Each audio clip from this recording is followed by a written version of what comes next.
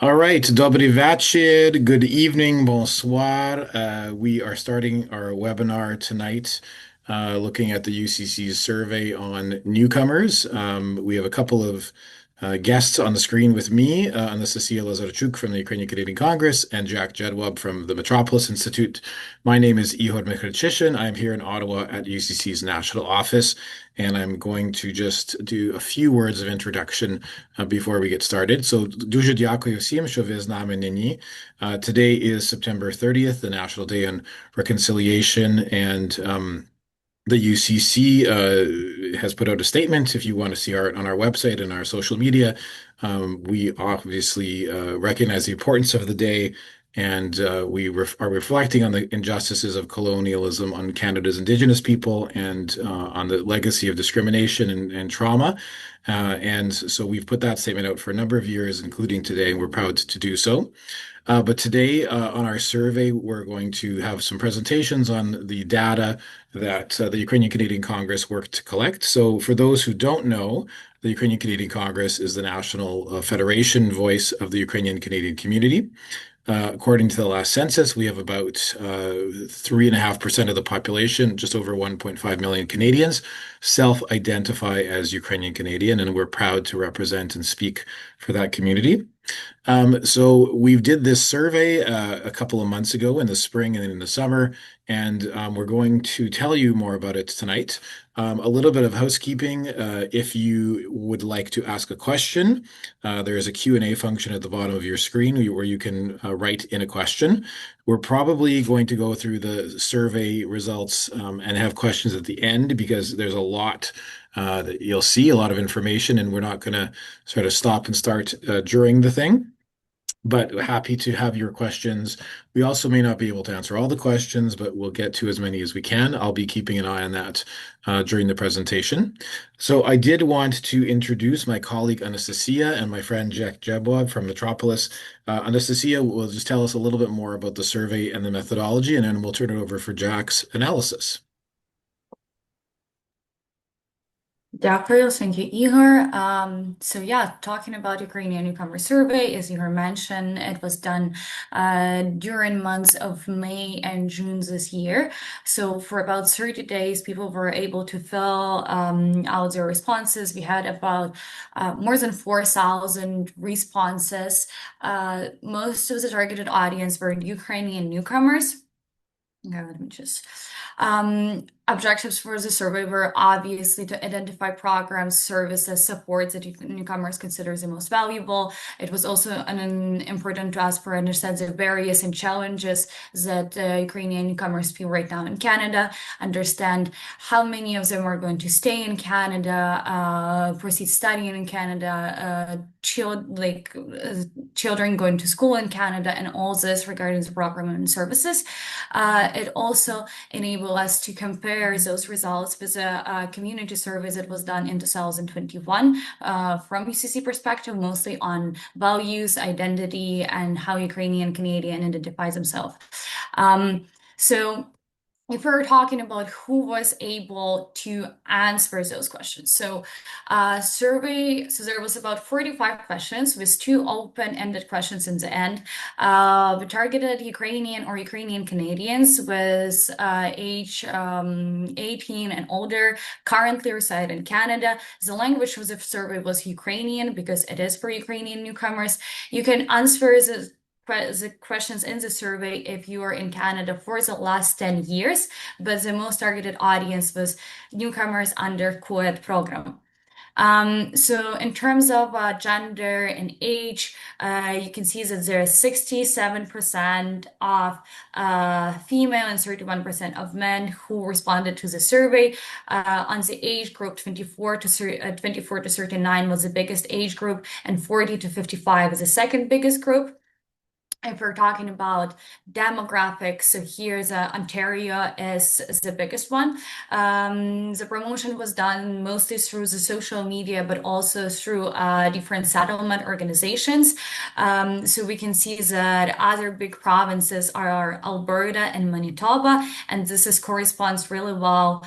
We'll get to there, but it corresponds really well with how Ukrainians are settled in these different provinces. So as I mentioned, 90% of those who responded are Ukrainians under co-ed, so arrived last 3 years. If we're talking about reasoning overall, so this is an official data from the government of Canada on co-ed. So we received more than 1 million of applications. Through that 1 million, almost 300 people, which is about 31% of applicants, actually arrived in Canada. We don't know how many of them stayed and how many of them continue living in Canada.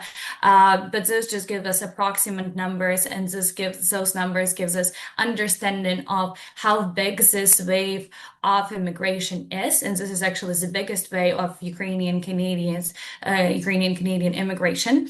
According to Operation Grace in Heaven, so here is how visa holders are shared by provinces, with Ontario being the biggest, and Alberta and then Manitoba.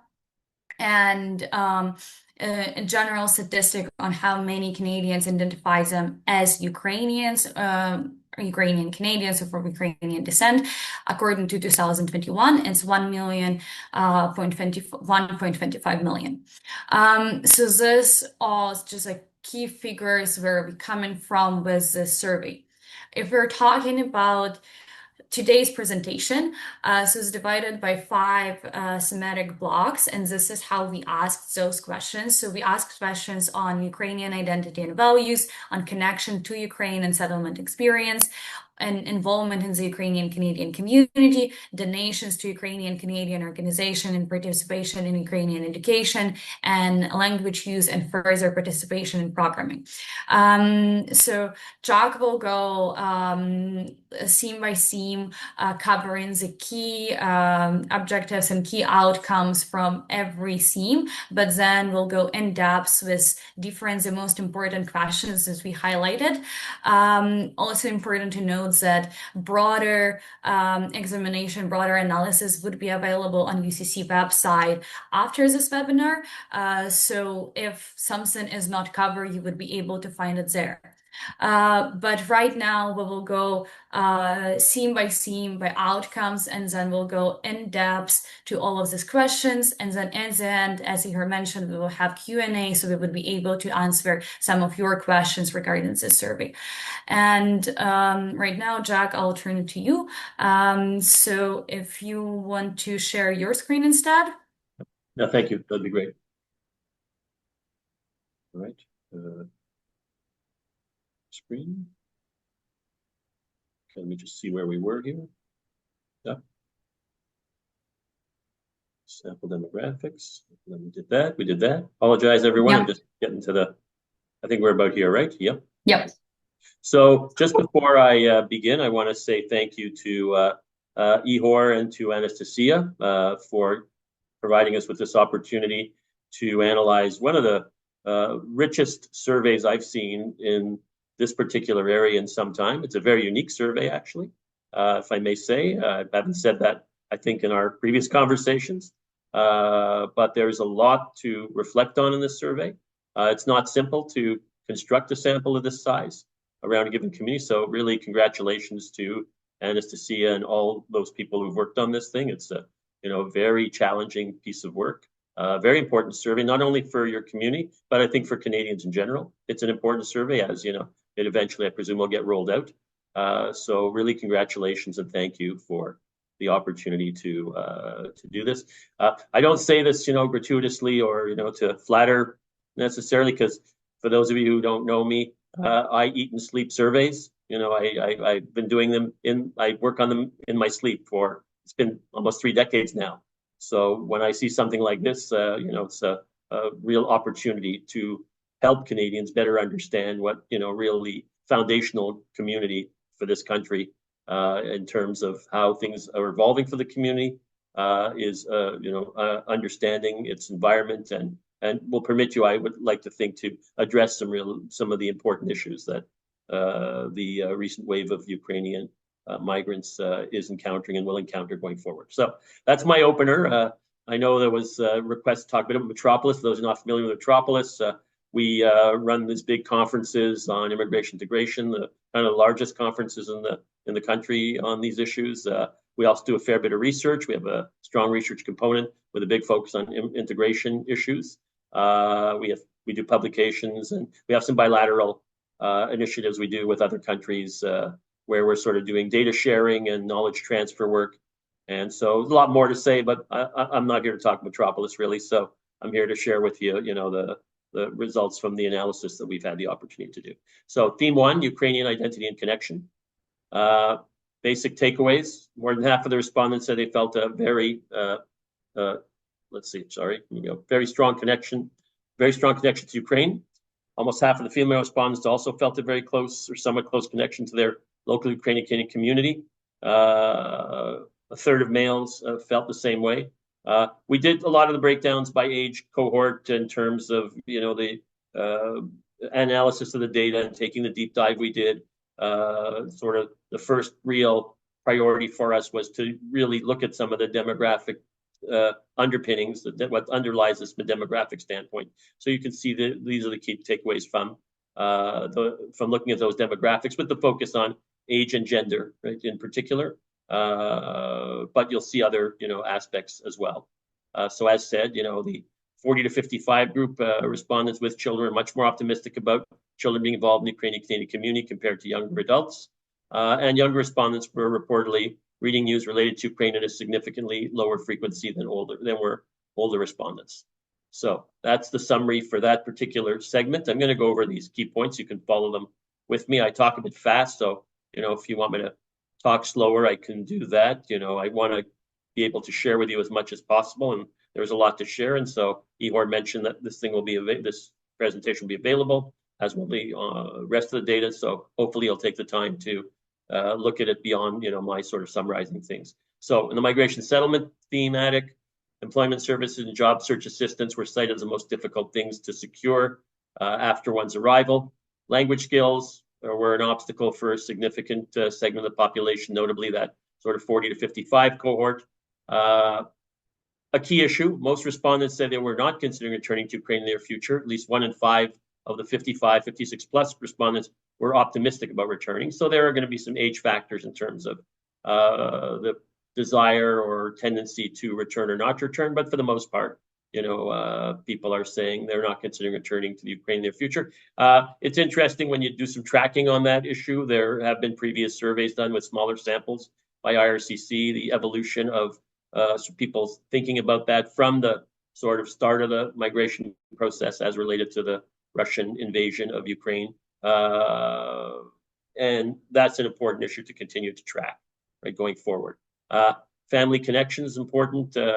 No access to permanent residency, high cost of living in Canada were top reasons for those who are considering returning to Ukraine. So not atypical or not counterintuitive in terms of some of the reasons that people are citing amongst those who would be more strongly considering a return to Ukraine. On the theme of culture and heritage,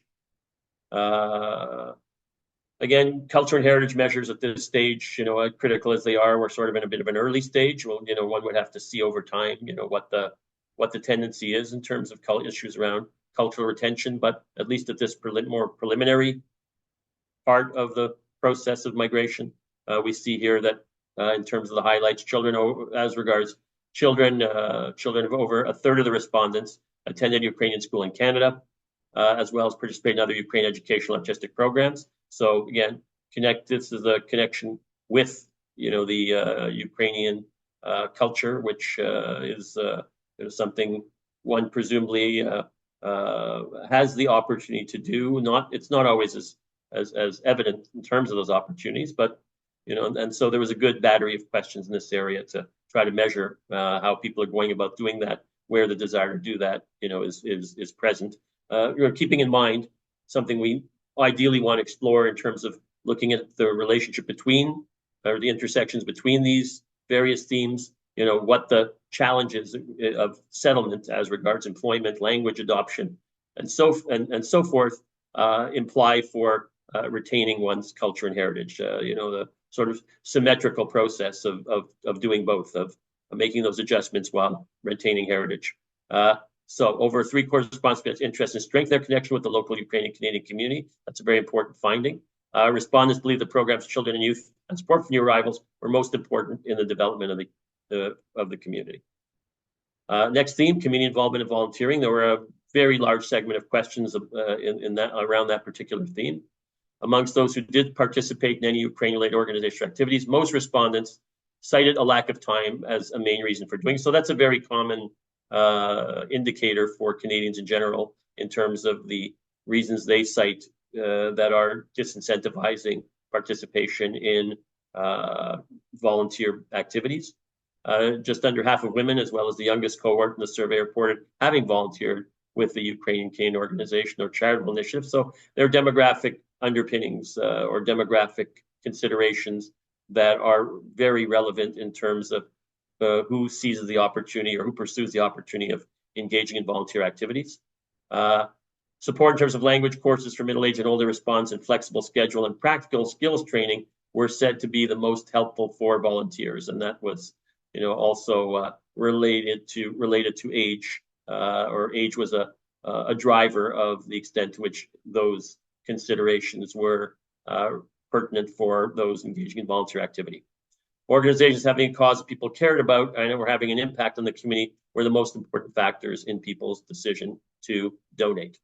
Now we're moving to some of the statistics themselves, where we're breaking it down to see if there are any patterns based on the demographics, and that's usually what we do. So we'll go through more of the demographics beyond those basic ones, and if we see something that sticks out for us, then we'll sort of share it with you. So keep that in mind as I go forward, that we're looking for outliers or anomalies or things that get laid out differently, or that's it, or show a different outcome, if you'd like, based on these demographics. So here you're seeing how strongly you feel connected to Ukraine.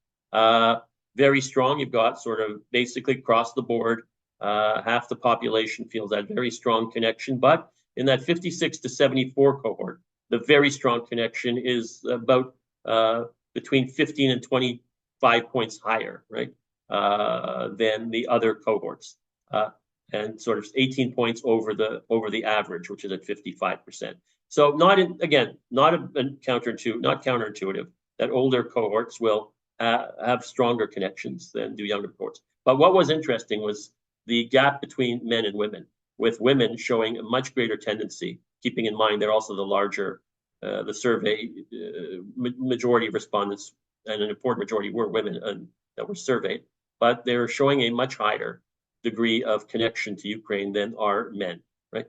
Something that merits further analysis, and there are ways of further analyzing that by looking at how this particular theme and the questions that are flowing from this theme are impacted by responses to other thematics, right? So looking at the relation between identity issues and the settlement challenges, for example, which we've not done at this juncture. So then we look at you feel connected to the local Ukrainian community in your city or town. It's relatively consistent across age cohorts, no major difference there. The younger cohort had the highest percentage of response expressed having a very close connection, and the lowest percentage of respondents reported not feeling any connection. So a little more polarity amongst those younger cohorts. Sure, Jack, just interrupt you for a second. Sure. So I just noticed that when you present, it's not like statistic is not fully visible. Like I cannot see the bottom of I'm sorry about that. I think yeah. I'm bringing So up. if you can enlarge it to the full screen or maybe like zoom it out, like something so we can see the full page. Yeah. Can I zoom it out? Or how do I zoom this thing in? Hey, can you see the full page now? I've gone a bit lower. I think I just had. I think it's the same. So do you see this like edit with Acrobat? There's settings and there's like arrow. I see this. Yeah, try this. Enter. Okay, let's try that. Is that better? Clean. Yeah. Okay. Perfect. Okay, perfect. I apologize. I hope everyone, got the analysis at least. So was pretty Anastasiia was pretty clear for me, so it's anyway. So moving forward, and as you can see here on the full screen, you'll see that there weren't significant differences across age cohorts in terms of the extent to which people felt a very close connection to the Ukrainian Canadian community, right? Not significant variations across the board here, but a little more polarization, as I said, in that 18 to 23 cohort, right? Where, you've got fewer people on the bottom here and a little higher in the top, but not much. Next. So the 40 to 55-year-old respondents were the age group most interested in strengthening their connection to the local community. Right? But again, not significant variation across that age spectrum, right, between, the 18 to 23 cohort and the 56 to 74 cohort in terms of the degree of interest in being more engaged with the community. And as I said in the preliminary or early takeaways, the majority of persons across the age cohorts are expressing an interest in greater involvement with their local community, right, as reflected in the sort of accumulation of the 28 and the 48 here, right, to get the sort of level of interest, right? Normally in these types of surveys, we accumulate the variance somewhat and just say, this is the percentage of people that are interested. Now we're moving to the theme of values in terms of some of what the data is telling us beyond the takeaway, which I shared earlier. And in that regard, you're seeing here the top 5. There are a long list of values, actually, that were part of the questionnaire. We've tried to distill it to get to the top 5, right? But again, the information will be made available to everyone. In terms of the top 5, relative to values, the principal response was respect for other people. Number 2, responsibility, hard work, honesty, freedom. Those are the top 5 that people sort of refer to or checked off, if you like, most readily amongst the longer list. In terms of age variation, there are not substantial variations across age in this. There's some, in the 45-50 cohort, 40-55 cohort relative to the 18 to 23 cohort, but nothing major. These are the top 5, basically. Which of the following services were the most difficult for you to secure upon arrival?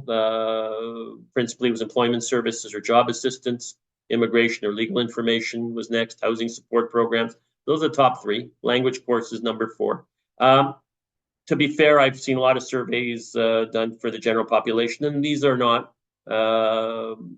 misaligned or not outside what most newcomers will identify when asked to respond about what the most challenging services to be secured are.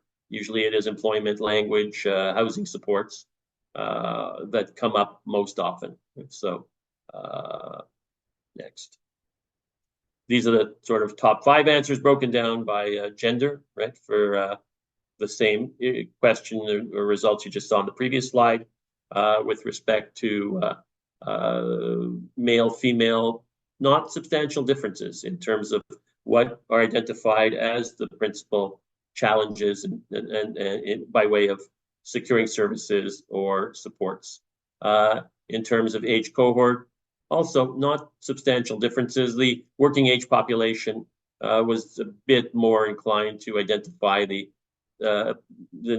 challenge of getting information about immigration, about the process. Again, not particularly surprising. Some differences here in terms of recognition of diplomas or obtaining licenses, which were more challenging again in the working age population than it was for the younger cohort and the cohort closer to retirement, right? So again, nothing counterintuitive about that. Considering a return to Ukraine, so here it's 8.2% yes, right? I gather that's 60 no. It's I hope my Ukrainian translate. Oh yeah, it's good. You got at the bottom is yes, no. Thankfully, I thought I figured the talk was yes. So, but it's here at the bottom, which is in English. That's good. So yes, 8.8%, no, 61%, 30% don't know. So not sure. You want to ultimately probe that 30%. We did some probing, but there's more probing that we can do, with the data files on that issue. Breakdowns here, showing you that the 18 to 23 group was a bit more optimistic about returning compared to the 25 to 54 group. The 1 in 5, 56 to 74 respondents were considering return to Ukraine in the near future. But by and large, the data showing you that there's I think the big difference is probably over here with the 42% of that 56 to 74 cohort saying no. They're the lowest. They're the lowest in that regard, right? So they're a bit higher in terms of the desire to return, right, at 21%, right? So age is a factor here clearly, right? Age is a very important factor, particularly that 56 to 74 cohort, right? For which the migration challenges may be greater, right, than they are for those younger cohorts, right? Greater, different, but greater in some ways, right, at that life stage. This is by region, and again, region's not as much a factor as age. Age is a pretty important factor, right? Even though Ukrainians in the Atlantic were the least optimistic about returning. So now, what factors would influence a decision to return, right? Amongst those, identifying as a part of your family is in Ukraine, that's the number one factor. No access to pertinent residency, number 2. High cost of living, number 3.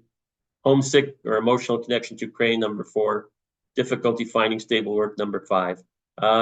Those are the top factors. Other factors also are relevant. Climate weather is actually only at 10%, so that's not a major issue for people. Neither is the experience of discrimination. Changes in the situation in Ukraine, not as much as might have been assumed there. So these are sort of the top factors. It's the challenges associated with the process, with economic issues, with emotional connections, either by way of family members still in Ukraine or just a more general emotional connection or disconnect here. Right, top 5 answers, looking at gender differences and age differences.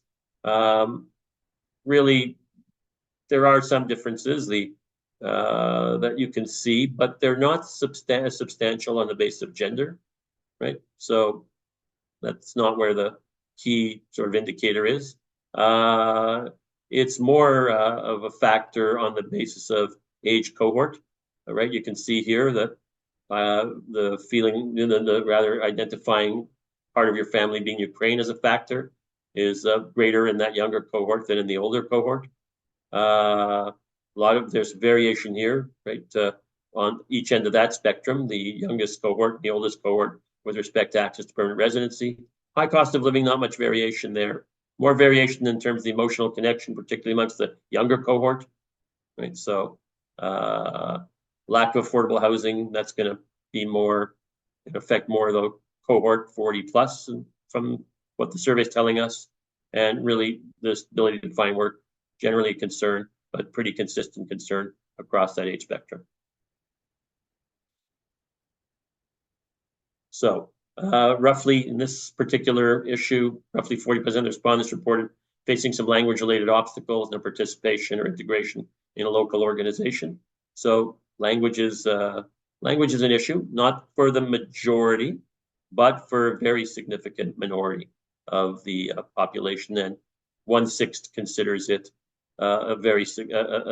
quite a significant issue. In terms of availability of programs for the migrants in what they want to participate, what's available, top program activities in terms of, again, areas of interest, educational activities, cultural, dance, art, cinema, social events. And again, no major differences other than the family, children, and youth programs where there's a particular gap between men and women, with women being more interested in such things, men more interested in the political engagement, which is actually common in a lot of surveys. on the basis of age cohort. We see here that culture is a little stronger amongst that 18 to 24 cohort. Business and professional associations higher and lower interest in the 55 plus. Nothing counterintuitive there, not surprising. So just general consistency in that particular question as well. This is just telling you, in terms of program activity and importance, that's sort of the bars are showing you, with the real numbers of persons surveyed, where their interests are. Let's go through that. Are you involved in any groups? And on that one, the majority of respondents, over 40, were involved in Ukraine-related groups or projects. Right, so, as you can see here, right, that's your total of 65. So, still 12-point variation, not huge, although in that area.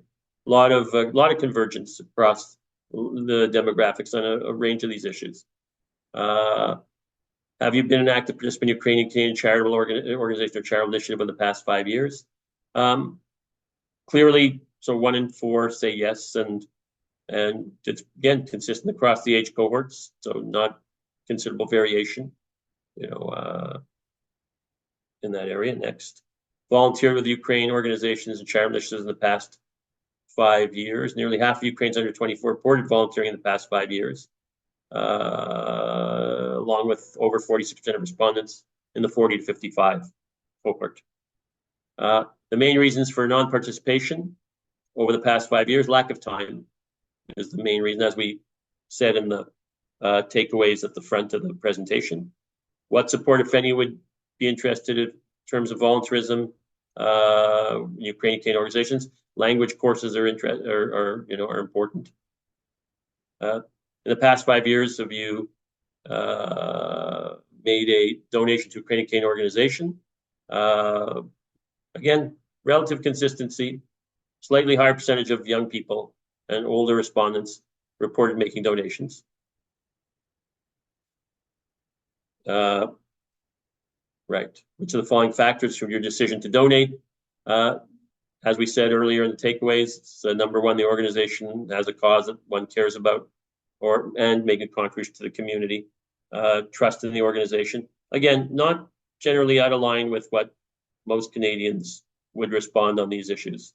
And comparing the connection felt by Ukrainian Canadians to sense of belonging felt by Canadians in general. We looked at some of the broader surveys from the General Social Survey, which has large samples of communities and Canadians. And in 2020, 38% of Canadian immigrants report a very strong sense of belonging to their country of origin. In this survey, it was 55% for Ukrainian Canadian respondents, so considerably higher in terms of the sense of belonging of the Ukrainian migrant sample relative to the Canadian sample of newcomers. But we're comparing 2 different periods in time, but my guess is that will be fairly consistent. And hey, that's it. That was what we call the, if you like, the whistle stop tour. Right. So Brilliant. Thank you, Jack. There's a lot in there, a lot for people to digest. There were no questions yet, other than people wanted to see the screen. I think to digest more. So I will just say for our viewers, we are recording this obviously, so you can go back and watch again at your own pace and focus on anything that you might have wanted to look at more lengthy time. We are also going to put everything on our website, so the full report results, the summaries, etc. And really the intention of this is for our member organizations and community groups to reflect and look at those key takeaways and think about some of the work that they've been doing, the work that they will be doing, and the people that they're working with, and to think about what insights there might be there. So that was, I think, the one question I see here was where are the results published? So ucc.ca is our website, and in the coming days, we will be putting all the results up with different versions. I do see one question that just popped up. Question to you, Jack. Why was this survey unique to you? Well, because it's very rare to see such a large sample of persons identifying with the single community of newcomers. There are a lot of surveys out there of newcomers, and in fact, some very large surveys. But in this particular case, it's a large survey of one community. It's very unique given the conditions under which the community has come here. It's true that other communities, the Syrians also came here and rising out of situation where there was some real serious conflict that sort of drove them to do that. Afghans as well. I'm not comparing. I don't think there's any value in comparing, the conflicts. But I've not seen many surveys on this scale in those groups and other groups previously that provide us with such a rich body of information to really understand what's going on. And so, I think in many ways I would really, in terms of understanding the experience of other communities, in varying situations.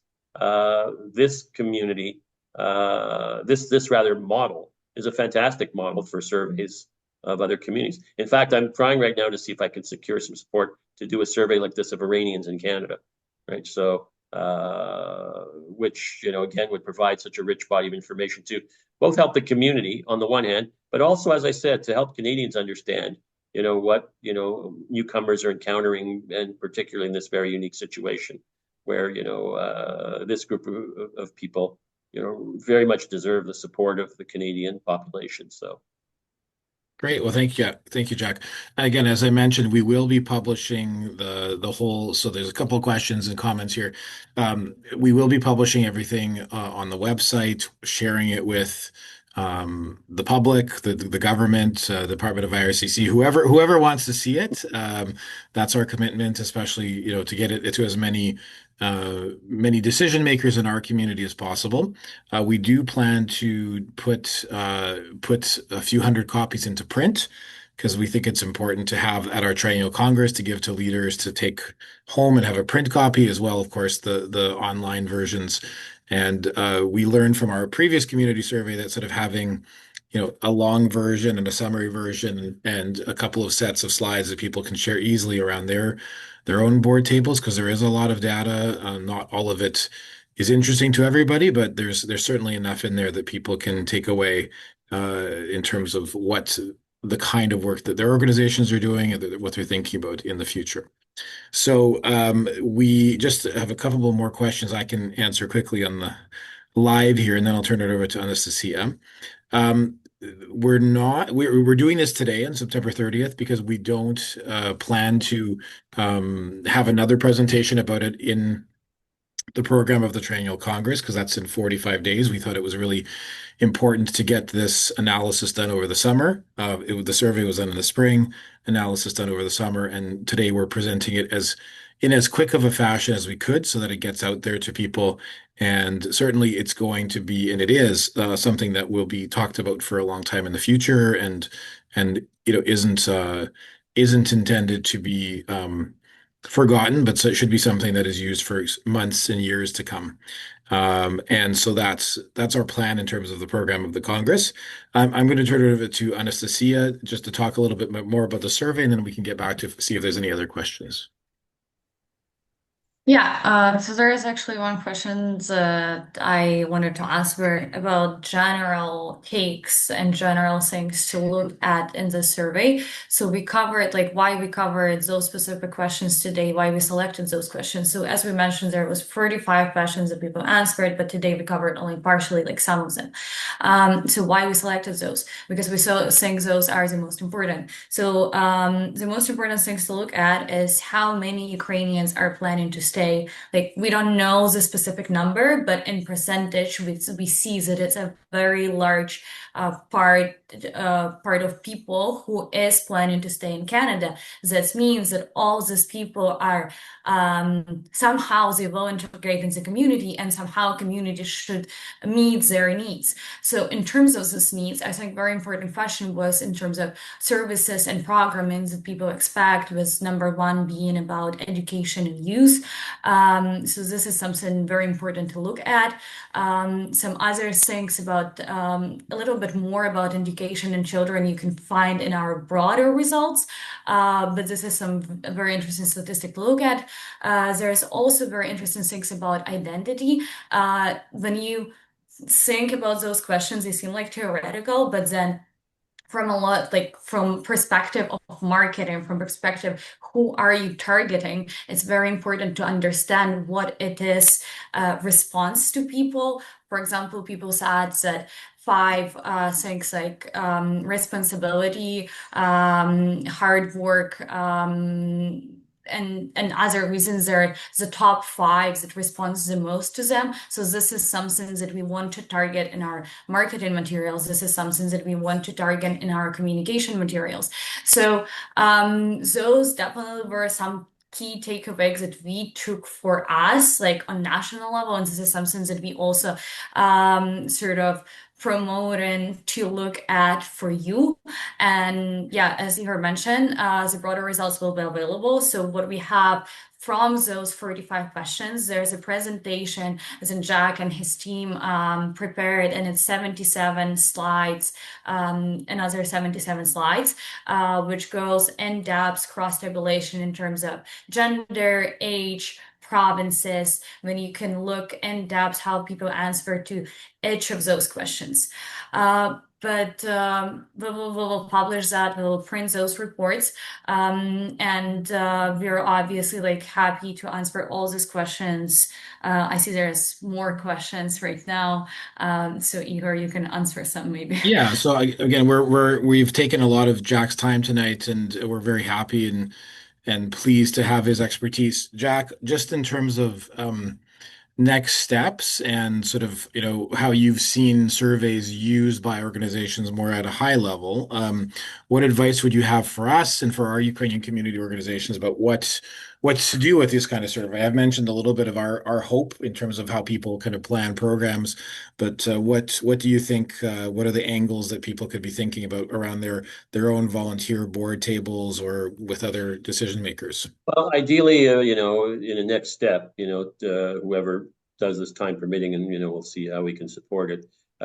Let's for a second describe the themes as dimensions, right? Because we do a lot of work in this area where we call these we refer to these employment issues as dimensions as opposed to themes. What would really be beneficial is to do interdimensionality. Now, I know, I apologize, it's going to sound a bit Star Trek-like, right? The interdimensionality. But when I say that, I'm suggesting look at the people who are having challenges in the area of employment and see how that's affecting their decision to return to Ukraine or not. Look at the people who are volunteering or not volunteering and see whether, that's affecting their decision to migrate or not, and or looking at other dimensions. How does employment affect volunteering? How does, volunteering affect connection to the local community? How does employment affect that? So it's all these other factors across those dimensions that not enough analysts look at, right? Analysts tend to, like we did, jump to the demographics first and try to, do that sort of dive and demarcation on the basis of those demographics. It's a very common tendency, but the real interesting potential analysis that this survey offers is to look at how those considerations of employment, volunteerism, identity, and migration intentions relate to each other. Right? I think that's reasonably. No, and I think also at a high level, I mean, we know that this is, as Anastasiia said, a very large number of people came.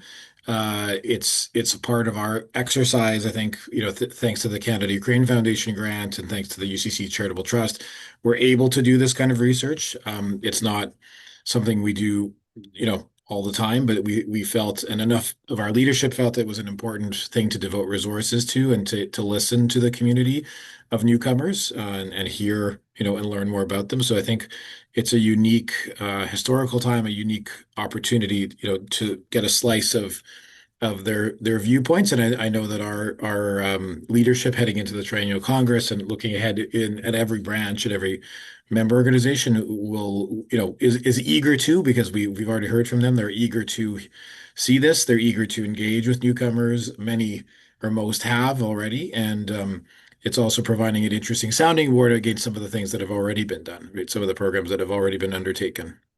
Let me add one point also, Ihor, about that very critical question that Anastasiia raised about migration intentions. Migration intentions, there's very often a gap between what people report in terms of saying, I'm going to return or I strongly consider returning, and their actual return. Right. Okay?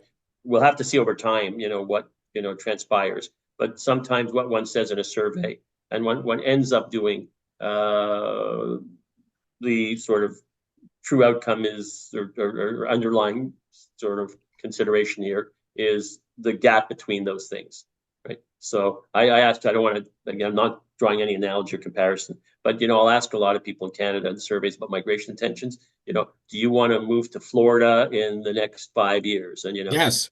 so you get so you get like a bunch of 20, but 1 in 4 people where we would like to move, but are we able to, do we actually do that? Right.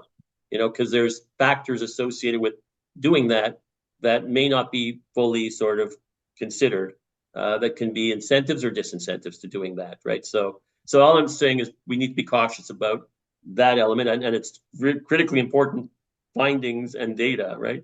But we need to be careful about drawing the conclusion that the desire to move and the eventual decision to do so are as aligned as as we might assume.